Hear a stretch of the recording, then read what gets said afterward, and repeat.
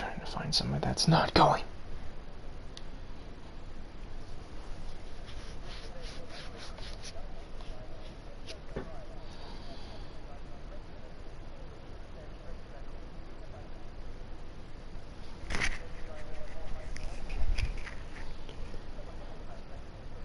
Well, ladies and gentlemen, we are here for ARC Formula 2, coming from the Monaco Grand Prix circuit in Monaco. Thank you, Captain Obvious.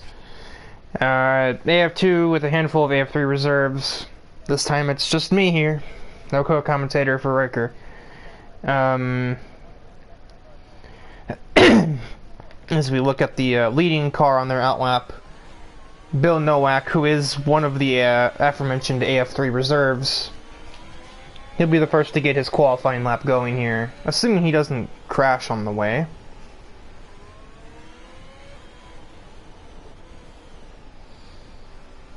I already have a comment. Probably look at that in between sessions unless I get spammed. As for a lap through Monaco, the medium braking zone through Saint-Devote, avoid the cars exiting the pit lane a little bit late. Up the hill through Mirabeau, I think this one would be. A weird sweeping left, undulates a lot into Casino Square. Typically you avoid that bump, but Bill Nowak decides otherwise. This is awkward for Nowak. He's caught behind Setchel up ahead. And that just about dusts his lap, because there's nowhere to go through here, so... Who would be next in line? It would be Michael Ludenslager, who is invalid. Okay, it will not be him. It would be... Not you, you're in the pits. Jura Strampfer, he's going down the hill into the right-hander. Into first, some people even put it in neutral through the lowest hairpin. Hook that curb on the first right-hander. Don't hit it on the second. Into the tunnel. Watch for the suspension to undulate going through the corner. Visibility is terrible. The heaviest braking zone heading through the Harbor chicane, or the Nouvelle chicane, into Tobec, my least favorite corner on the circuit. Through the swimming pool. Go as crazy as you dare. With the curbs and everything, into Rascasse. And one more turn completes the circuit, and as we look at the qualifying laps that have been run so far, McIntosh tops the board until that lap is completed at 110 flat for the Alfa Romeo driver on the soft tires. McIntosh, who has since moved down to AF2 to fill a vacancy left by indifference amongst another driver on the team. As, not really sure, Connor Setchel's not on a lap, or Setchel, he's getting out of the way, he's not doing a lap right now, I guess.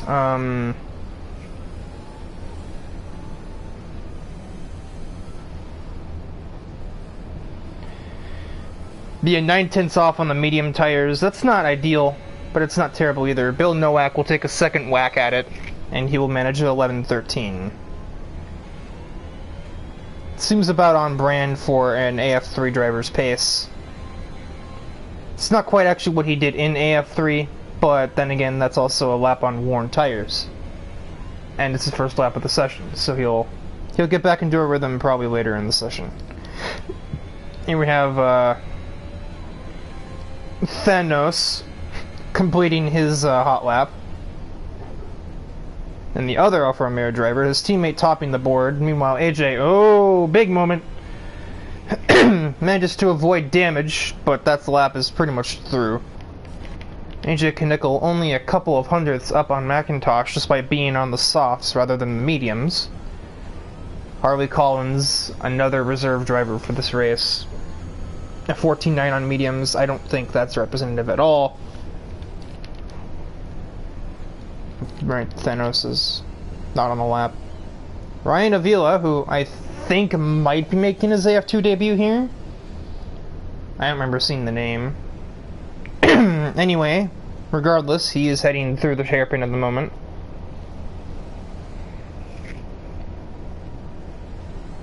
Somebody, oh, yeah, Thanos is 28.8 lap time. I wonder if he's going again or not. Check in once the AlphaTauri here bonks the inside wall at the chicane. Was that damage? He's continuing on as though it wasn't, so I'm going to assume that it wasn't, and we shall see what he manages to finish the lap with here.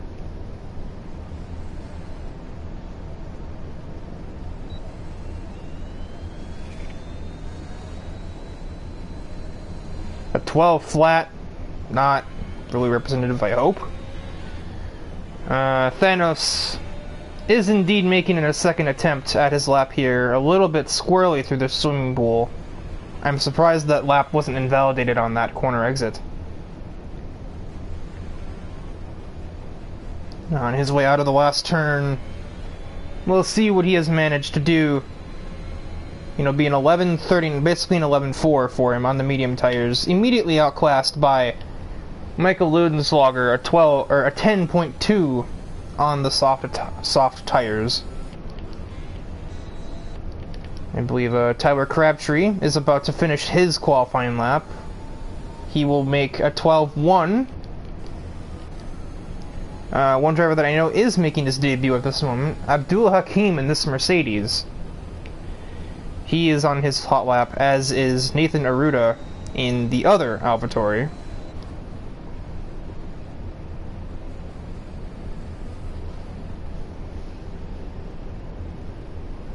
You walked up into the hairpin? I think that's what I heard there. Some blue flags antics happening in the tunnel. Hopefully for Hakim's sake, it is not close enough to affect him in any meaningful way, because there's no more room to get out of the way on this lap for any car that he may run across. Nathan Aruda ran a 12.19. That's allegedly a purple sector for the Mercedes, but a mistake through the last part of the swimming pool means that that lap is no longer probably a pole time. No, it isn't. It's an 11.1, right in the middle of the field there, just about. Alessio Buongiorno is on his way through the swimming pool at the moment.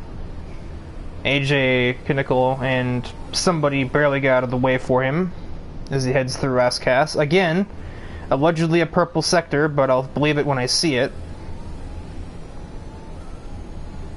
Lap time will be another low 11.0. Slots 5th on the grid, and that'll do it for effectively the first round of the qualifying laps. The Alpine of Setchel is on his way around. He's the only driver that I think is on a... well, no, that's not true. AJ Kinnickle and a couple of others are definitely on the lap right now. Well, he's not.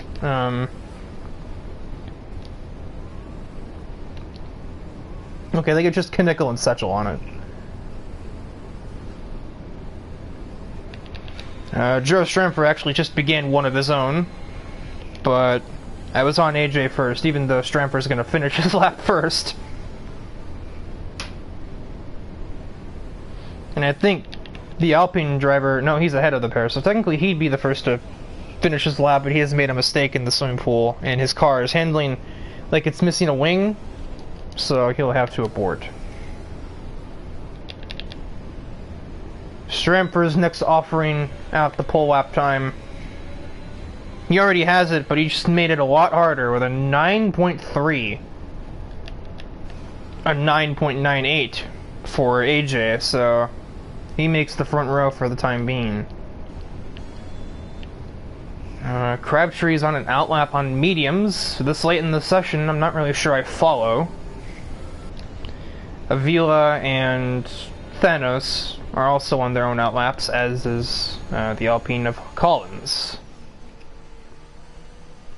Looks like the first one that'll be completing their outlap will be Crabtree, so as much as I question the tire choice at this time, put the camera on him for the moment. Don't mess it up. co-commentator.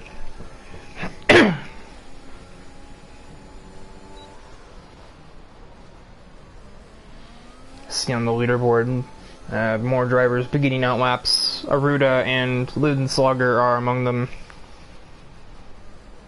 Some weird audio going through Mirabeau there. I don't know if anyone else picked that up.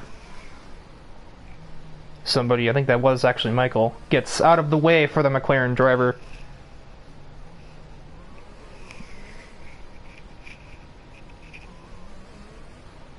Bit weird through the downhill rights.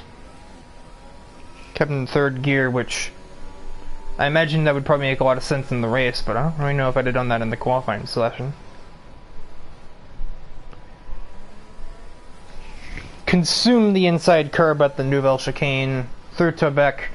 That's a wall. Ryan Avila has DNF from the session somewhere along the way. I see. He must have hit that bump. That's my best guess. He hit that big hump going up towards out of Casino Square and probably lost control. That puts a few laps times on ice with that one. Michael Ludenslager will be the camera car now with Crabtree's mistake and Avila trashing the vehicle.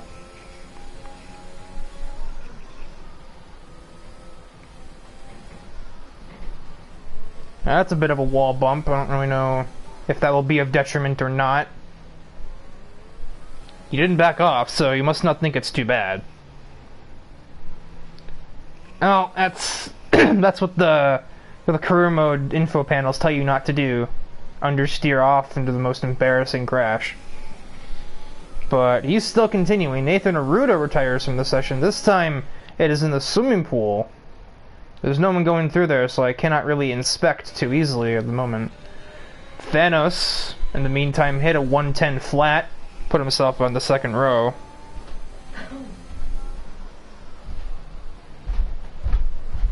Ludenslager is doing his best to escape said second row.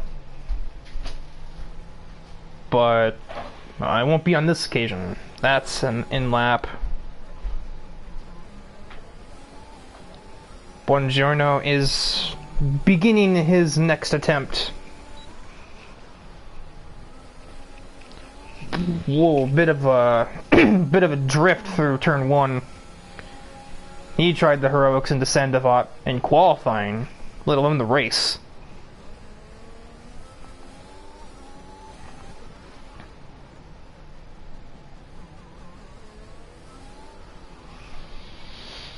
Walking up into the hairpin, trying to trail brake to actually get the car to turn in for it.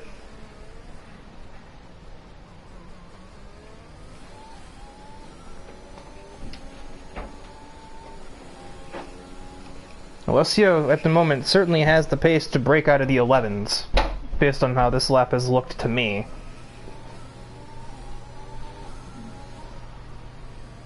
A walk up through Tebek, I think I heard the left rear.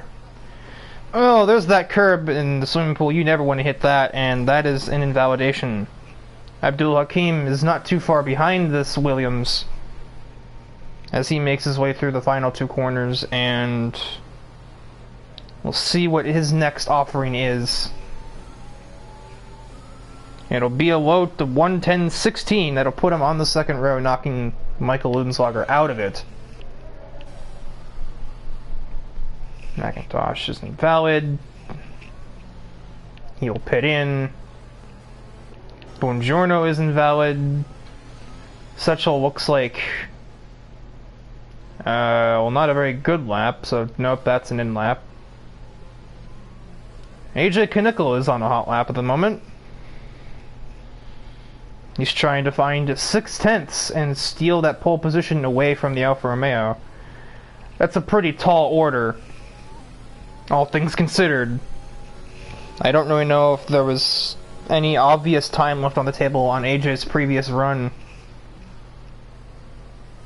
Well, that's certainly not how you find it. That is just how you find an invalidation. Let's see here. There's nobody on a valid lap at the moment, so we may have a bit of a break in the action here, unless... no. Buongiorno does not have enough ERS power to make another run.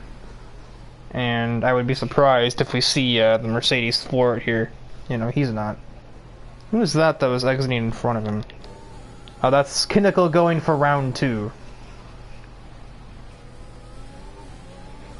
Somebody has to save the commentator. I guess it'll be AJ.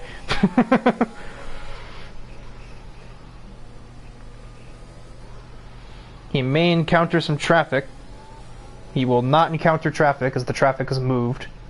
It was Bill Nowak, but he has the wherewithal to see that AJ is there and escape the escape the racing line. Bit of a Rikerism there. Escape track limits? Where? There's a wall. Those are the track limits. You don't escape those unless you're a Sauber 2017. This time takes care not to invalidate, as Jero Stramfer somewhere in the background. I hadn't even noticed he was on the lap. He improves by another tenth or so, a 109.20. That is pretty much the gauntlet having been thrown down for the rest of the drivers to beat. AJ looking good, but also looking very all over the place, and that will be the end of that and the end of his session. Thanos decides he doesn't like his engine anymore, and he's obviously trying to get some fuel out of the car, but no, this isn't a Honda engine, no VTEC. Bill Nowak is also on his way around the lap. Obviously this is the final countdown, so everybody is going for it right now. I don't know where to put the camera at, there's like 5 options.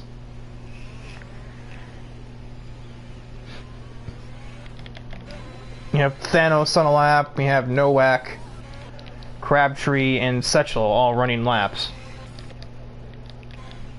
Well, Thanos no longer is. He has found that bump coming out of Casino Square, and that is a destroyed wing. McIntosh will be the next camera car, as he has started a lap with a handful of seconds remaining in the session. Looks like Crabtree. Nope, that's not Crabtree down there. What is that? Oh, that's Bill Nowak. His lap is invalid, so... Crabtree is not going very fast. He must have made his own mistake. Thanos, obviously we know he did. Stramfer is stopped on the front straightaway. AJ just finishes off the session. So, yes, Tyler McIntosh it is. He heads towards Quebec. Incredibly swift through the chicanes. Up to... I think it actually is low Rascas, not just Rascas, but I'm not French, so forget that. Out of the last turn, what will he yield? 109.962 beats his team, beats former teammate AJ Kinnickle by 0.02, and he will grab a front row position. Crabtree pits in, and that is effectively the end of this qualifying session.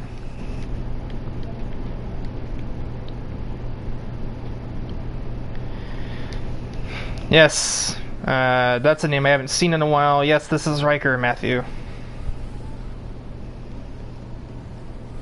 I'm doing all 3 ARC Formula races today. And I'm the full-time F2 commentator, so...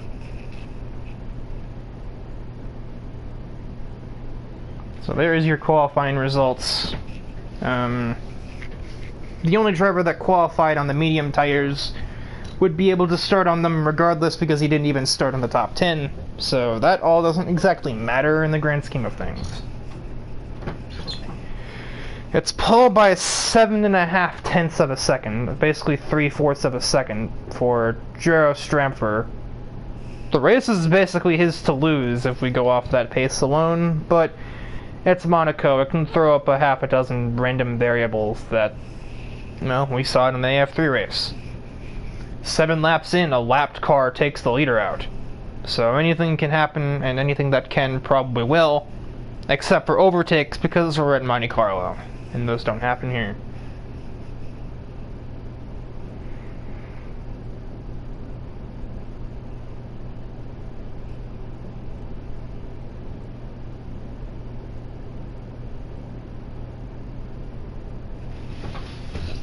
comments or in the,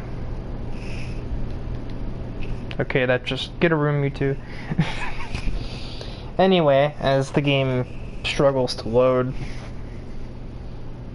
Just Codemasters things, I suppose.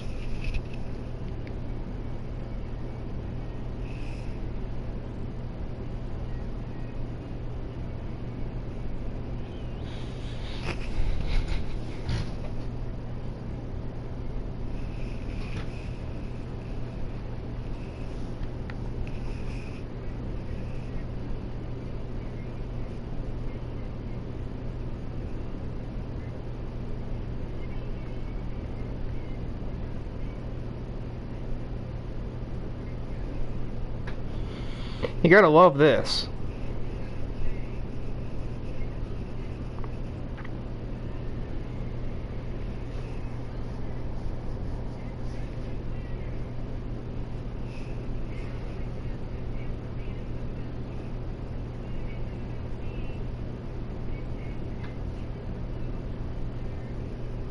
Oh. Literal last possible second.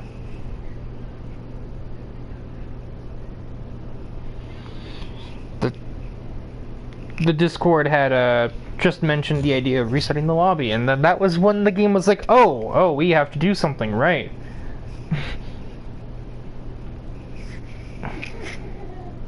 That's only half the session. We still have to do the Grand Prix, you know?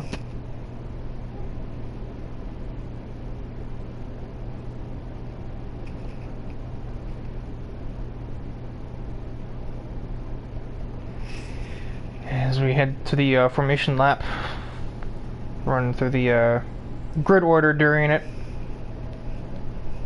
So we have Jero Stramfer in the Alfa Romeo on pole, followed by Tyler McIntosh, AJ Knickel, both two drivers who were AF1 and moved down to AF2 due to lack of compatibility with the pace of the roster. They are sandwiched by the other Alfa Romeo of Thanos, last name I think they actually told me not to bother pronouncing. Abdul Hakim in his debut for AF2 as far as I'm aware. It's P5, followed by P6 for Michael Ludenslager. Bill Nowak, reserving from AF3, qualifies in a respectable P7. Tyler Crabtree in 8th. Alessio Buongiorno in 9th. 10th for Ryan Avila, 11th for Nathan Aruda. Harley Collins, 12th, and then the other Alpine driver of Setchel, who didn't actually put in a lap, starts in dead last.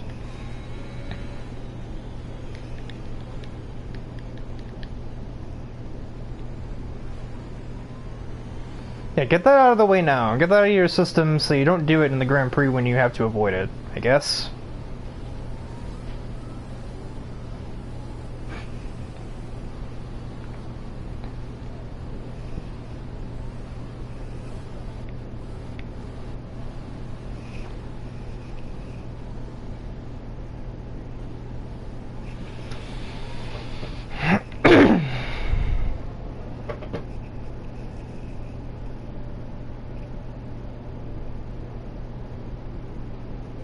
Let's see, we have the grid finally forming up. Luckily it's Monaco, it's not a very long formation lap. We had Alessio and Avila DSQ themselves from the formation lap. It's something we haven't actually had in a while. And I'm surprised it's taken this long, if I'm going to be dead honest. Oh, definitely. 3, 4, 5 red lights are lit up. Flagman is confused. And we are green for the Monaco Grand Prix in ARC Formula 2. McIntosh is absolutely being mugged off the start. The Alfa Romeo and Aston Martin going through ahead of him. Stramfer is absolutely gone at the front of the field.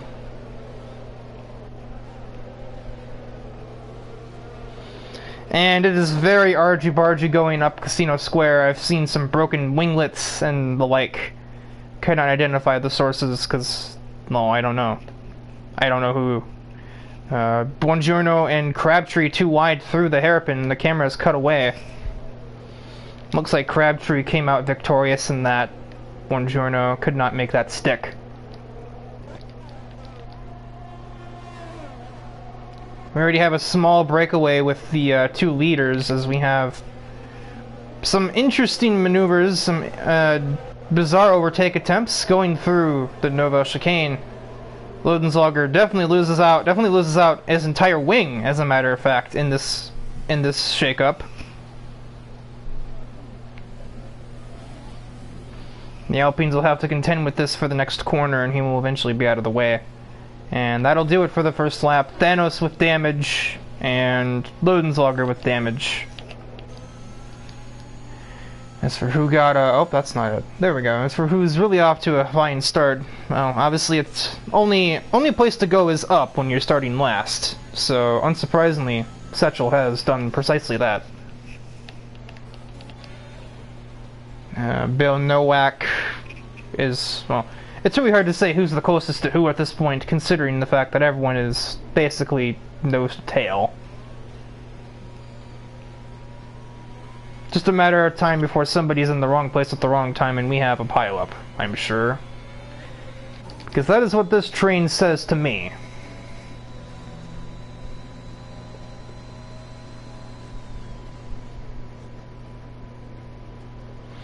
I don't think that's in the track limits, my friend. Bit of an understeer through Tobak is scary, and then oversteer in the literal next turn is just a double whammy of, oh my god, help me.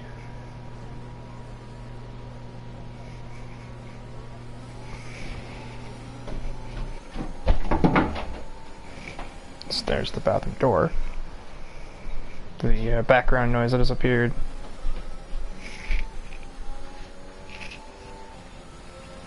And now everyone just kind of settling in. You're definitely not going to get many overtakes at Monaco, and furthermore, you really won't be getting many of them early on, as everyone is more or less just trying to ride out the attrition.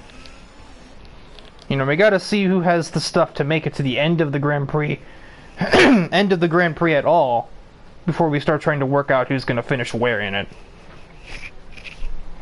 And we might find that out in like 3 or 4 laps, or it might not be until like 2 or 3 to go. It just depends on how the race pans out.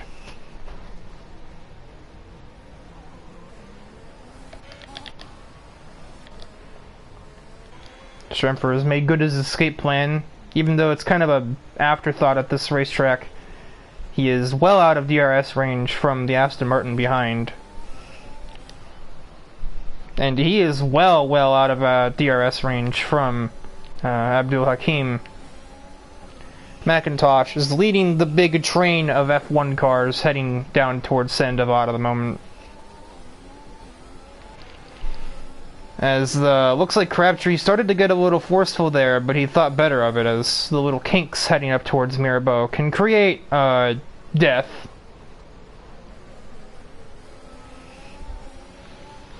At this corner, I don't remember the name of it, but this right-hander is your best opportunity for an overtake on the track. You just need to hope that you get them cleared before you reach the hairpin, or else you may be in for a bad time. Especially since you'll probably be on the outside in that scenario, and you may very well find yourself understeering into the wall at 23 miles an hour. And nobody wants to do that.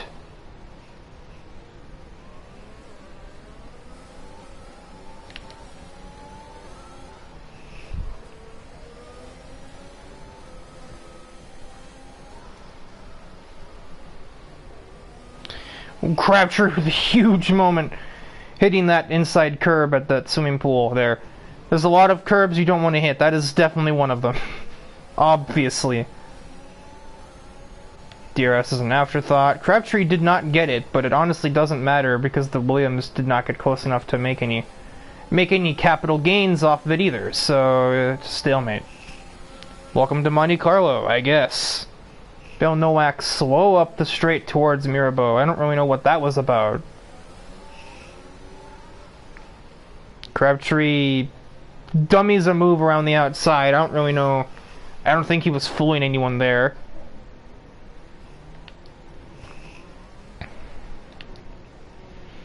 Nathan Arruda has found himself in this train as well.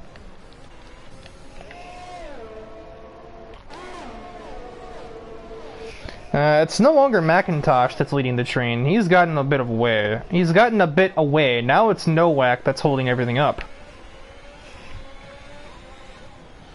But this isn't even like Nowak has no pace. This is just what this comes down to, is Macintosh picks up the first penalty of the event.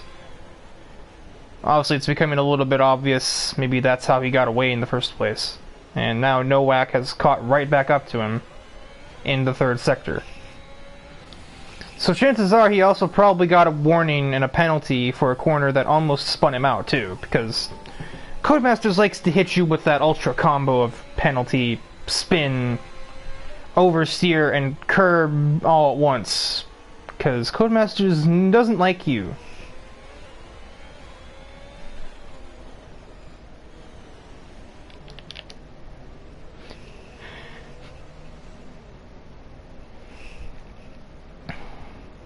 As it's a funeral procession down through Sector 2.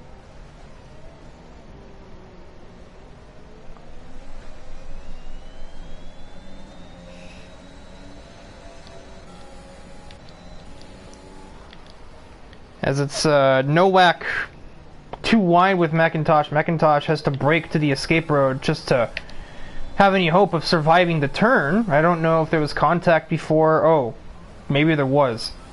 As now Macintosh has a missing wing.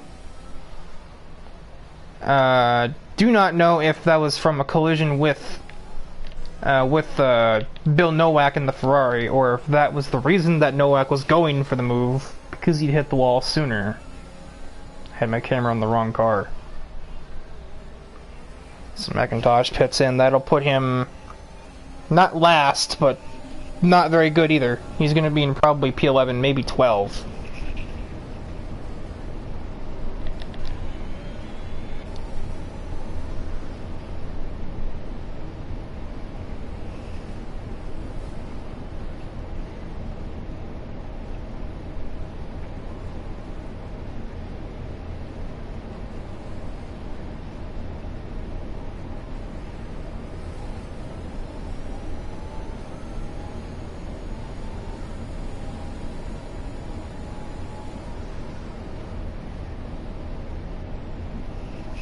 Zoomed out a bit there, haven't really missed anything. Abdul Hakim gets a time penalty going through the swimming pool section. Nowak almost gets even worse as he finds that outside curb at the first part of it and nearly has a wingless Ferrari. It's no doubt left him a little bit out of shape, and Crabtree is here to take full advantage if he can. Now he's locked up. That is a critical error for the Ferrari driver. I don't know how badly that damage is. There's definitely some there, as Ryan Avila is out of the Grand Prix. He has found himself crashing in the swimming pool. Nowak has no wing, so that answers that question. The answer is 0.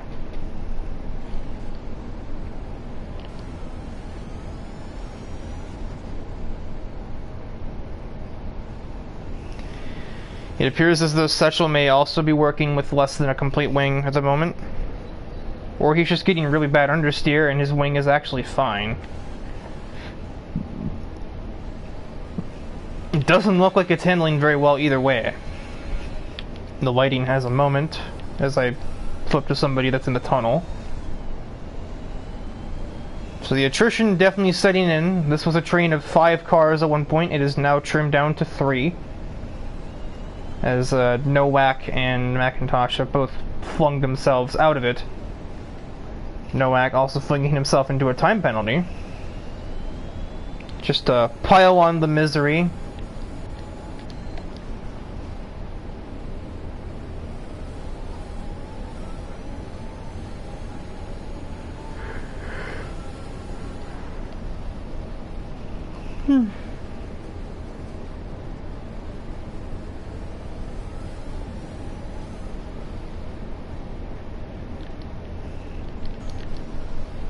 And what the? I believe that Collins may have damage. That was just weird. I don't know what that interaction was. I don't know if Collins has damage. Yep, good English. It looks like he's missing an end plate. That would be what it is. That seems like that's probably a warning for the Aston Martin.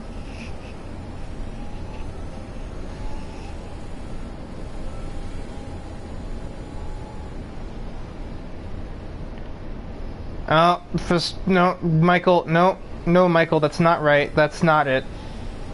Just gives him a bit of a couple of love taps through the chicane. It is very obvious that that is a lot of damage on that Alpine, and I don't know what the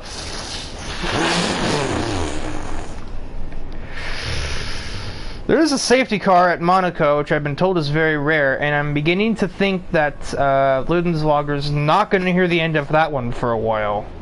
That was... There's no... I cannot speak the words on stream that explain what my thoughts are on that. Unfortunately, I am not James Hunt. So there is a safety car on the track, which I've been told is exceedingly rare at Monte Carlo, but somehow we at Auto Racing Connected have managed. Because someone doesn't understand the meaning of the word damage.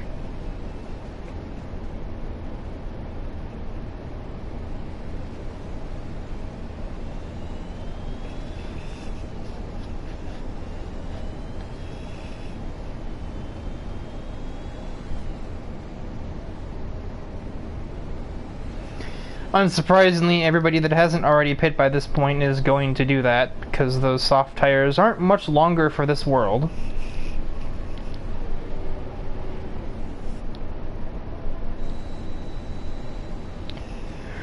As Aruda...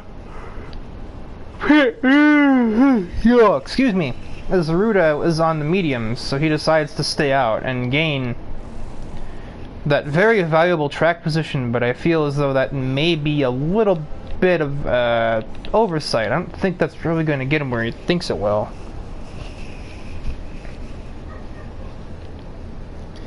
He has track position now, but give it 8 laps and his tires will be dead and he'll have to pit anyway.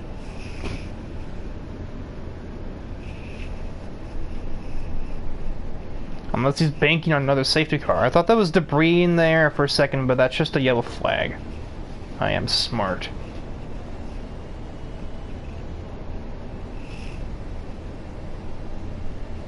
This Tyler McIntosh gets a time penalty under safety car going through turn 1. What? Looks like it's starting to come undone. The Alfa Romeo's internet's starting to give itself up. Check and see if Thanos is experiencing the same. But there goes the leader. The leader has been kicked from the session due to lag. Safety car might allow him to maintain the position, but we've seen bugs like this before, and it may just tell AJ and everybody else to pass that Alfa Romeo. Thanos, from the spectator screen, looks relatively stable.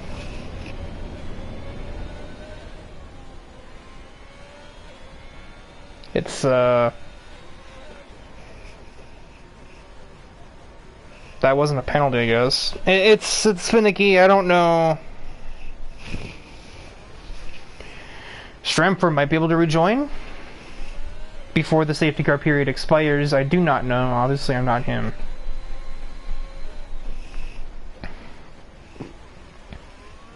Hmm.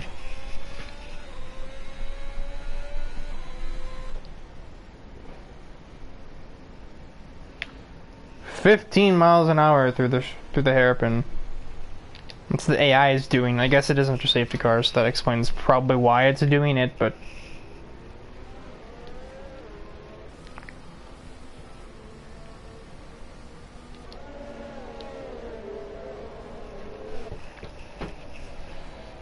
figure under safety car now would be as good a time as any to get some dynamic broadcast cameras. I have terrible depth perception, so I like to be on cockpit or T-cam to see what's going on during racing action, but we're not in that, so I think I can afford a a little bit of broadcast cam. I think one of the weirdest things about Monaco is it's so short, but when you're in the race car and you're on a video game and, like, you know, a simulation virtual, you don't really get... Is the safety car in? It is. Okay, well, as I was saying, you don't really get the sense of elevation. Monte Carlo is basically a city built on a cliff, but this track doesn't feel like it has that much elevation going on. As the Alfa Romeo is maybe it's not ghosted. So AI or otherwise, AJ is going to have to try and find a way around this car normally. Looking at the gaps, there's obviously not going to be a whole lot going on here. There it is for AJ Knickel. An overtake from the lead with assistance from a disconnection. But Knickel is the leader. And also McIntosh goes through on Ludenslager going through the same corner.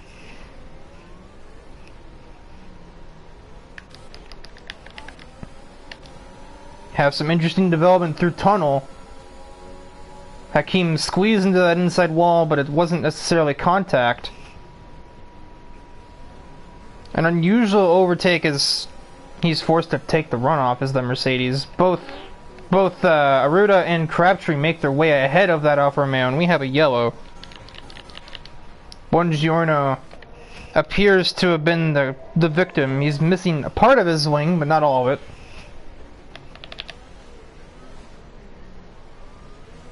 This is pain for Stremfer. I said it was his race to lose. Apparently it's his Airnet's race to lose.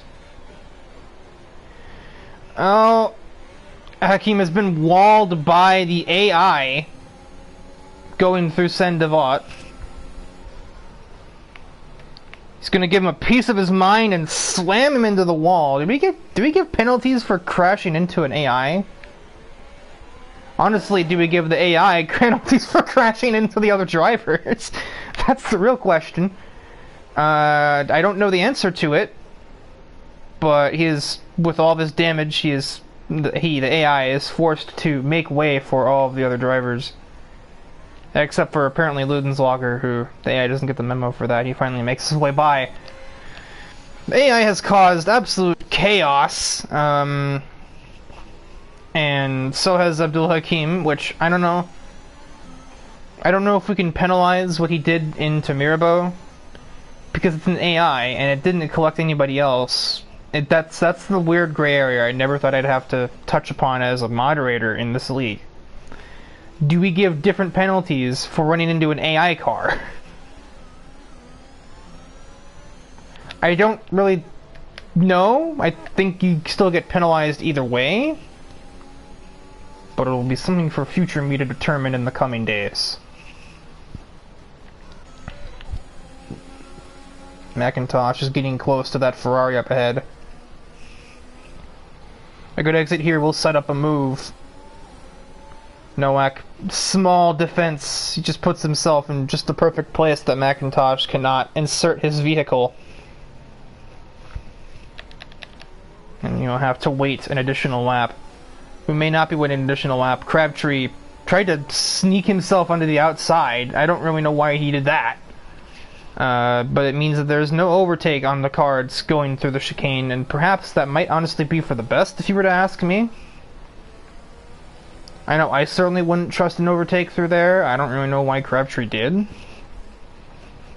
He made one on Aruda, or he made one before on the AI, but the car ahead of him is not an AI. Newsflash. Turn 1 is not a whole lot of a passing zone, especially with the mad exit that the AlphaTauri just got. So that's not on the cards. Nor is it so for McIntosh either. It'll once again probably come down to whatever that downhill right-hander is called. I probably should learn the name. I'd look it up, but I'd be looking away from my screen to do that. It is not too hard to put your vehicle in the middle of the racetrack, and once you've done so, it is impossible to make an overtake. The racetrack is just simply not wide enough. If you do... Whoa! That's a weird spin. I don't know if that was... Maybe that was a leg contact? Because even on the stream, it's the show. It's what? Even on the stream, it has shown that McIntosh didn't connect with the Ferrari. So that was either lag or the Ferrari just gave it too much gas and found himself off. That's a warning. It's a penalty. Honestly, I'm not sure if that's ultimately fair, considering he has no wing. I mean, it is what, like, it's, you know, understandable, I guess. I'm talking out of my behind. Crabtree's still trying to look for any way to set up this move on this AlphaTauri, but he's got pace in the exact right places to make it difficult for this McLaren, and it looks like he's wearing out his tires trying to find the way. Over time, the most that's going to do is it's just going to bring Hakim into this battle with him. And obviously that would just make Tyler's life harder. Crabtree's life harder. Oh, right, because that car is pitting, Ranker. We've just established that. We just saw that take place, and my brain already forgot. A weird chicane for the Mercedes that'll allow Crabtree to get breathing room once more. Obviously, he's still in range. He can still do something with this AlphaTauri. He just needs to get a bit of luck and a good exit out of a corner. But now he's got this Mercedes breathing down his neck. And if it gets a good exit, then it can overtake the McLaren. And it's like a food chain, but with race cars.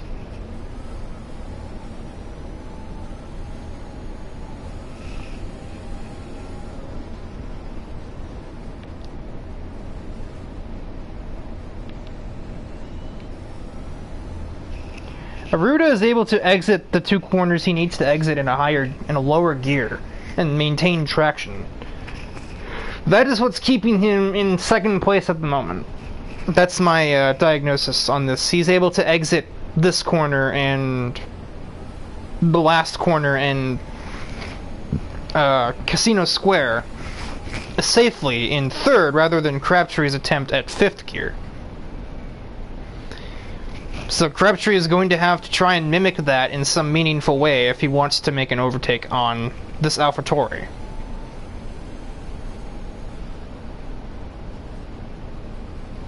I know it said AlphaTauri, I blatantly don't care.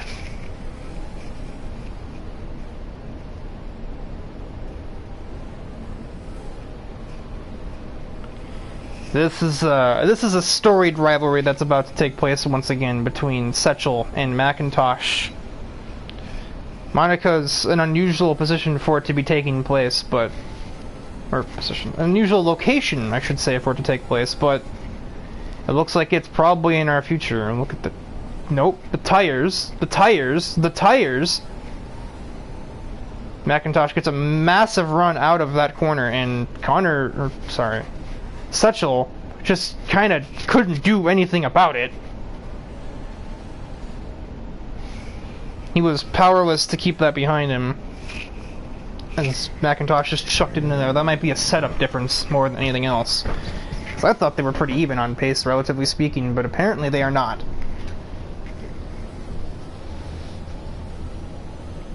I was like, Crabtree, you're not trying to do that here. I know I said to make the race more interesting for me, but don't do it that way.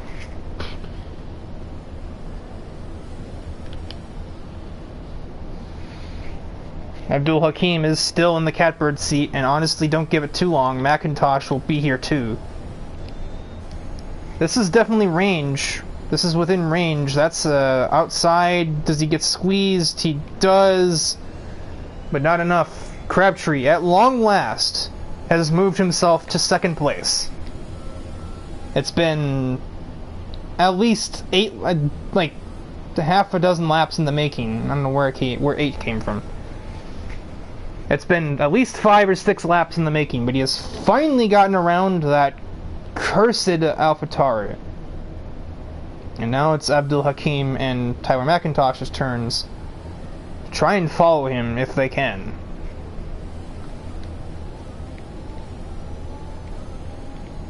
Penalties! I'm going the wrong way.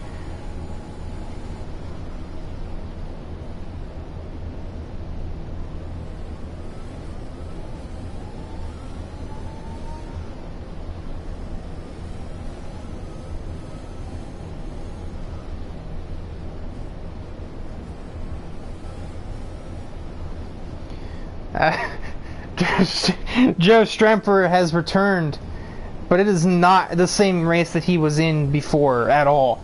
He is now in last place. He's not even within range of anybody else that he used to be ahead of. And I mean, obviously I'm not him, but if I were him, I don't know if I'd be willing to continue. Hakeem makes an absolutely abysmal corner there, but McIntosh was not in a position to capitalize by any means, so the Mercedes driver will get away with that, but he can't do that again. Oh, we got an interval bug. I don't know where this came from, but it's there. While that's happening, we'll look at the fastest laps, because, you know, it's telling us the gap of one car. I don't know why Bill Nowak is special. Yeah. Looks like he's near someone. Alessio Buongiorno has pit, so Giro is back in the points by, you know, bare minimum type thing. It's going to fix him when they cross the line. That's what's going on here. So we can return to the interval as everyone does that. Aruda has been quite the headache in this Grand Prix, that is to say the least. Held up Crabtree for several laps. Now he's trying to hold up both the Mercedes and the Williams. He's doing it for the time being. He's not really making many weird lines except for whatever that was up ahead. It's just the nature of Monaco means that defending your position really isn't all that hard.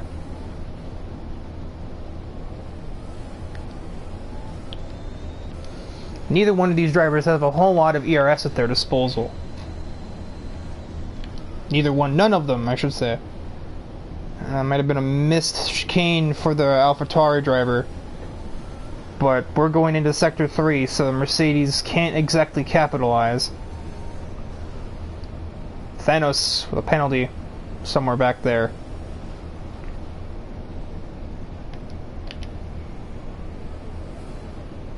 Still under a blanket. DRS zone produces nothing. Aruda still gets that massive exit heading down the main straightaway. Put this back to tires. 22 lap old tires. No wonder Aruda is holding up these two so much. Meanwhile, Ludenswager has caught this Alpine. He's not in the best place to do anything with it, though.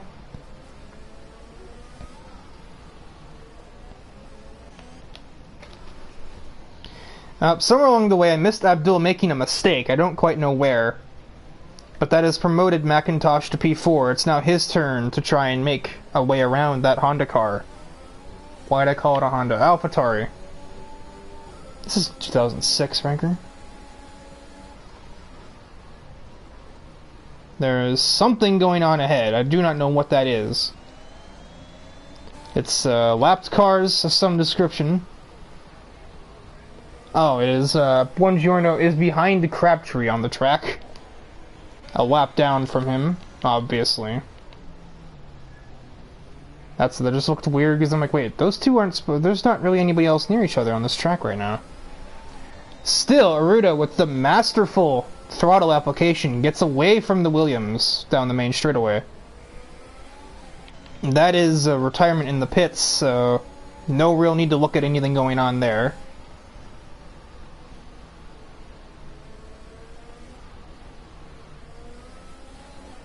Again, Aruda, big exit for that AlphaTauri.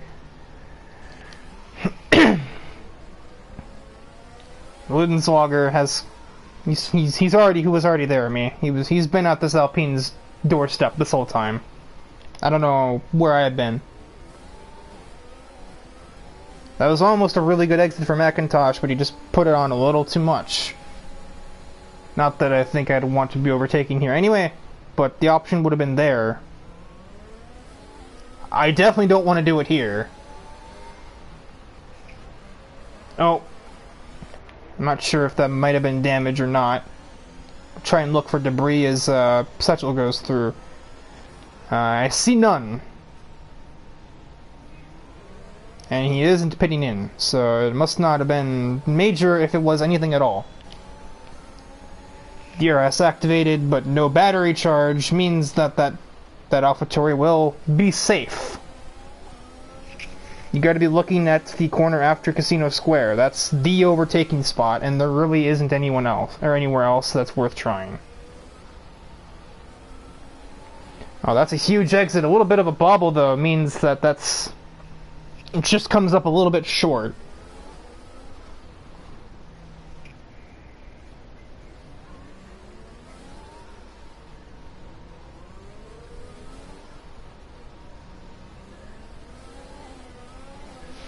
Now, the question is, when does Aruda make the decision to pit for the soft tires that he is clearly going to be on in a few laps' time?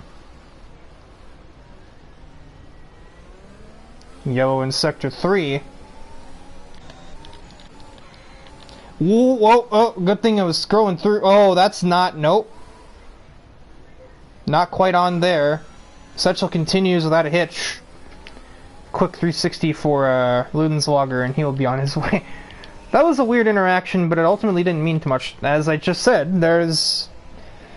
At long last, the AlphaTauri heads into the pit lane, and Tyler is unchained for the next handful of laps before it's his turn to change his tires. Now Aruda's going to have to make those softs go their maximum distance. Thanos crosses the pit exit line. So that's a penalty for him, and also gets a corner cutting penalty. Because one wasn't enough, I guess. He's already in last place, no less.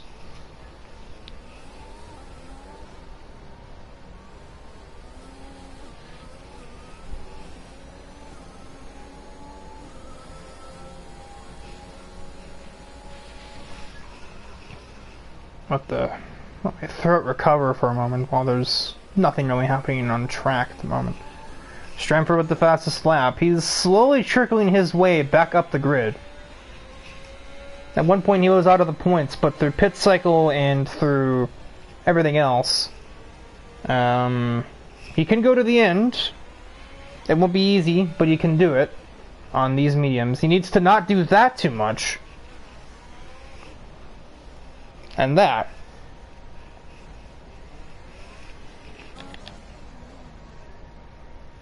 I think our next bit of action on the track we're going to get, as Ludenswager picks up a penalty. Aruda is fastly approaching that Alpine up ahead. Can't see him yet, but trust me, he's there. He's only 3 seconds away. I'm suddenly craving chicken sandwiches. I haven't eaten yet today. And give it a lap or two, and I'm sure he will be on his doorstep.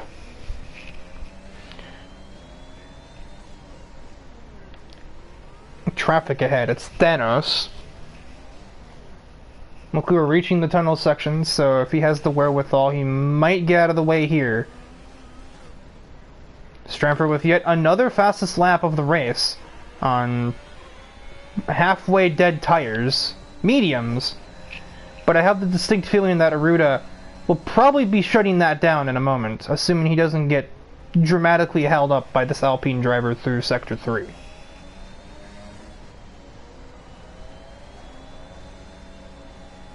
He is getting dramatically held up by this Alpine driver in Sector 3. He tries the outside of Raskas. Just about real estate allowed. No, there wasn't, actually. But Aruda couldn't be any more to the left. Now he can't be any more to the right, and into the wall. Setchel has been absolutely wreckfested going into turn 1. Honestly, you were both kind of idiots through there. I'm not even going to cover it up. Instead, now the fastest lap belongs to Michael Ludenswager. He runs, I didn't see the lap time, but also on mediums that are fresh.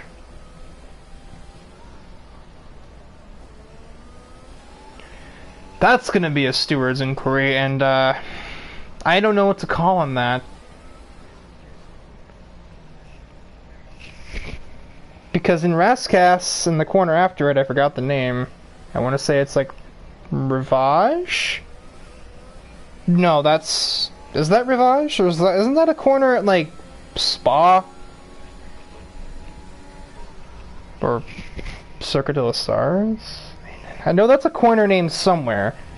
I don't know the name of the last corner. Isn't, like... Red? No, it's not Red. That's... I'm thinking of... The final corner, Aruda was all the way to the left, and Setchel still, like, tire slammed him into the wall. They both hit the wall there, and then Setchel elects to defend Aruda all the way to the pit wall, just about taking the pit boards off the walls. And he has a shallow line. He doesn't want to back out because there's no way to pass the Monaco without doing that. As McIntosh pits in for medium tires. Is he out of softs, or do you just not like the soft tires? I'm not really... I don't know. I'm not really sold on that, if I'm honest. But he now has the task. He has 9 laps to catch up to Michael Ludenslager and take that podium away.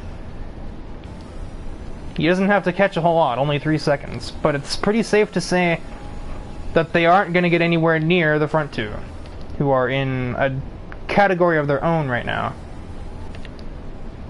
AJ, not making the greatest case for him not being in AF1 right about now. I think... oh, throat's dying.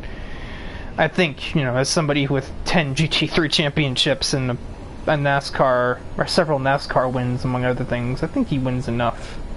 I don't think he had to go down to AF2 for more wins, but I can't tell him no. He's the one in charge of the rosters, so here we are. I'm just saying, maybe share the wealth a little.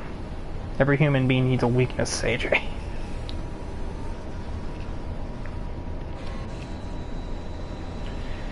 Despite the scuffle, and despite having no battery to speak of in the car, Aruda is still catching up to Stramfer, whose medium tires are starting to go off the cliff a little bit, I think. Plus, you know, a fresh set of soft tires probably make it pretty fast.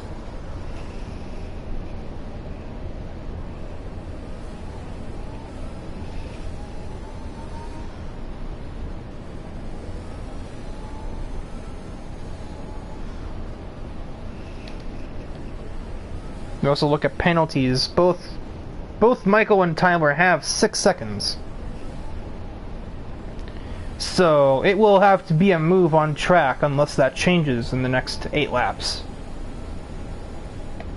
9 laps. We started 31 just now. No. That's... yeah, Tyler just started 31, so that's 9 laps. The near future... which, I mean, it definitely can happen. Monaco is a bit sketchy, so I shouldn't have to tell you that. Or you probably didn't need me to tell you that, but Monaco is sketchy.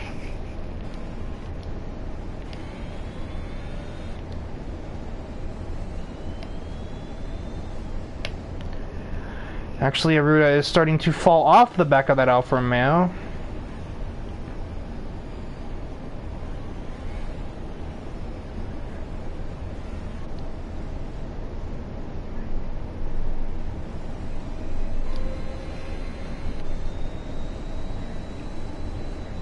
A lot, actually. Oh, that's a pit stop.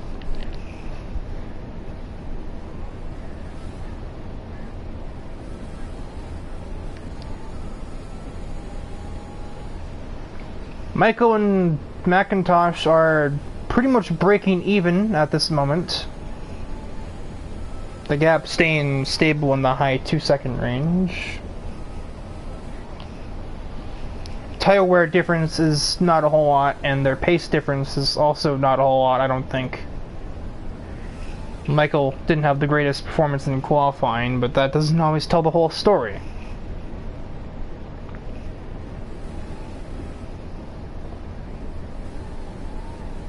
Oh. It's not helping matters if you do that either.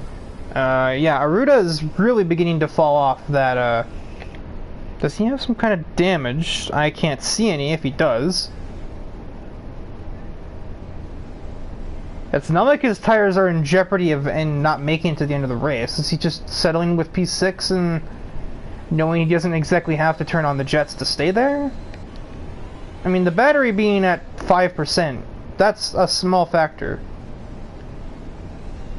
That wouldn't be making this much of a difference.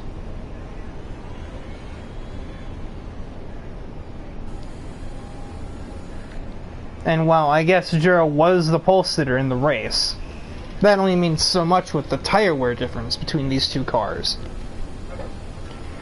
Tyler has also stopped catching Michael. He started to get back away just a tiny amount.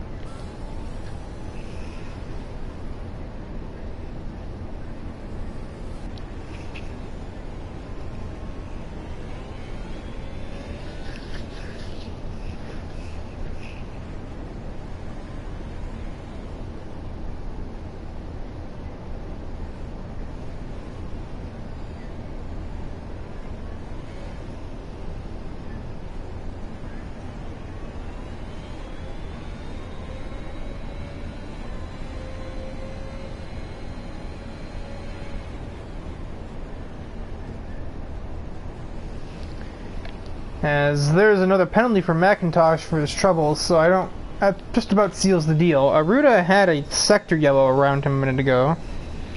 Now I think he might... Oh yeah, that's definitely damage, no doubt about that.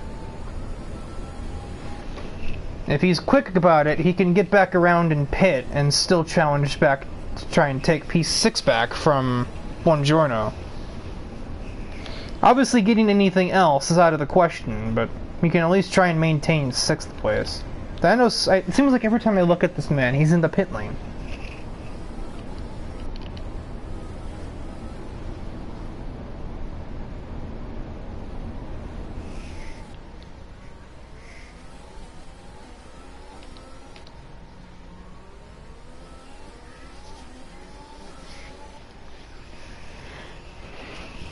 Actually, in a roundabout twist, it seems less like McIntosh is going to catch up to Ludenswager, and actually that he's going to be... sooner will be under pressure from Strempfer. I think the gap is coming down just a little. Just a little bit by a little bit.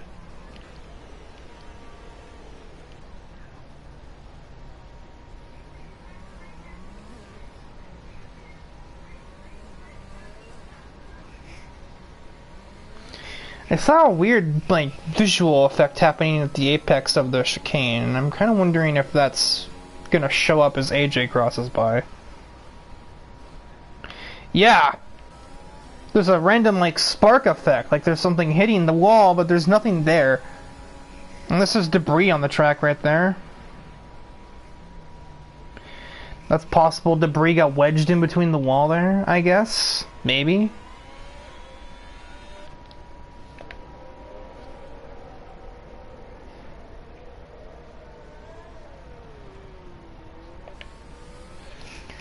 I'm seriously starting to wonder if, Nathan Aruda has DNF from the race in the swimming pool, so there goes his P6.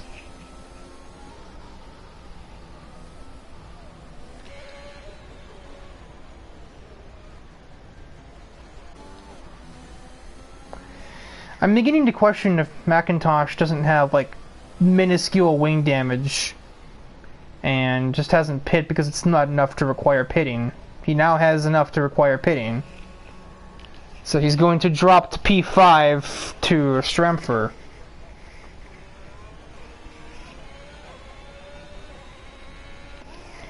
At the very minimum, if he's putting on a set of soft, which he is, he can take a shot at the fastest lap and try and at least make up one of the points that he has just lost. If we look at the... Nope.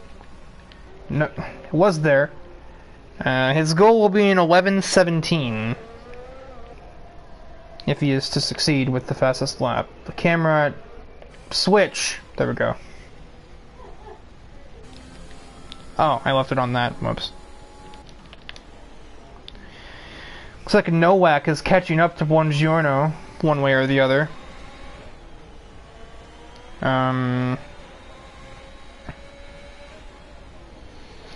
Interesting because Alessio should theoretically be on the better tires right now.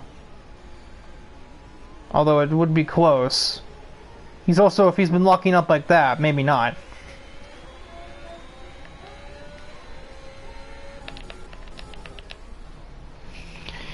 That battle will have 3 laps to settle itself out. Probably should put the camera there if there's a battle, Ranker.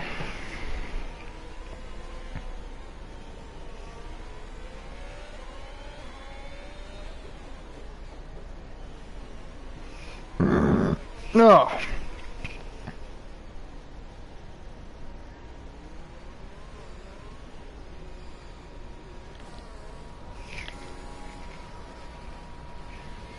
And goes Tyler on his fastest lap attempt. Not a whole lot of ERS in the tank. Just needs to make sure he keeps it above 10, or else he'll start to lose engine power down the straightaway by passive, or by default.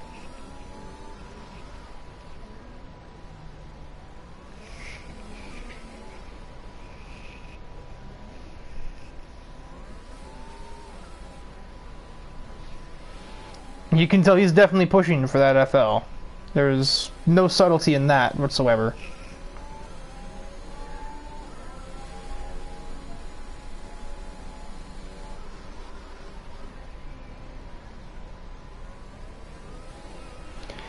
Meanwhile, Nowak has fallen back away from the diffuser of Buongiorno, and Jero pits in. He broke part of his wing, apparently.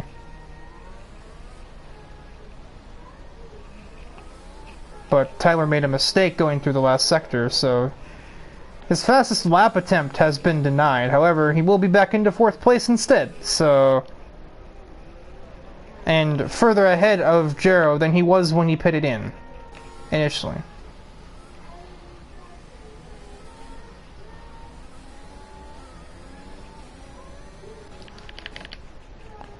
Got a Ferrari around in the chicane. That's by process of elimination. That's Bill Nowak.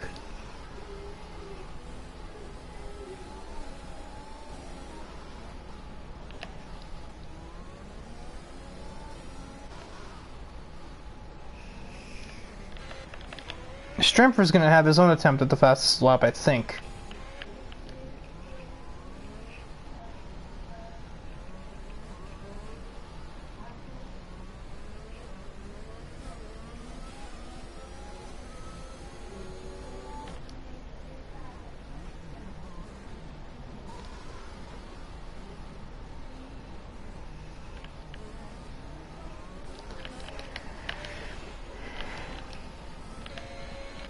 Unless we have some last second DNFs, it looks like that's pretty much our finishing order. Heading up to Rascasse. It's a bit of an eyebrow raiser going down to AF2 and then immediately winning your first race in the lower series. But regardless, for the F2 Monaco Grand Prix, your winner will be AJ Knickel, followed by an impressive 2nd place result for my AF3 co-commentator Tyler Crabtree for the debuting SCR, 2nd place at the Monaco Grand Prix. Michael Ludenslager, despite a questionable move in the swimming pool early on in the race that took, I believe it was Harley Collins out of the Grand Prix, for now he will remain 3rd, taking the final podium position in the Monaco GP.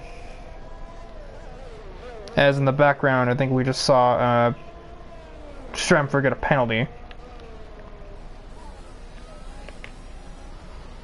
Tyler McIntosh plays a bit of Space Cadet 2000 on his way through the 3rd sector. But he will survive to claim a 4th position in the Monaco Grand Prix. Strempfer, Internet has cruelly taken his win away from him, but he takes the fastest lap and 5th place, and that will do it for the Monaco GP. Yeah, Crabtree is driver of the day. That's not too easy. It's not really much to dispute there, other than maybe AJ, since he won the race and didn't start on pole. It's a fine day for Aston Martin, preemptively, so you look at this 18 frame per second winning ceremony.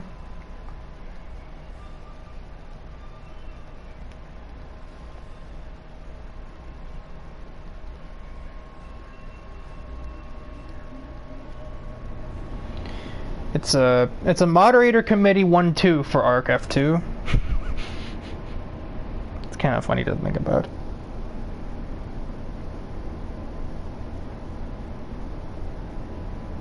So AJ Kinnickle is the winner, followed by Tyler Crabtree, Michael Ludenswager, Jarrah Strempfer, who actually ends up with... Oh, because of penalties, he ends up with P4 over McIntosh.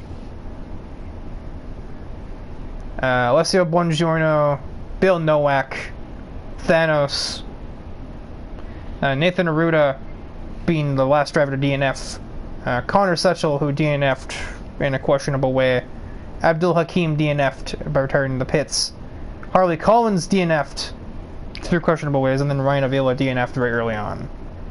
That is going to do it for the ARC Formula 2 Monaco Grand Prix. And I'm sure, hopefully you will join me again in about half an hour for my third commentary of the day, going for the Monaco Ironman here in ARC Formula. And that time will be for the ARC Formula 1 contest.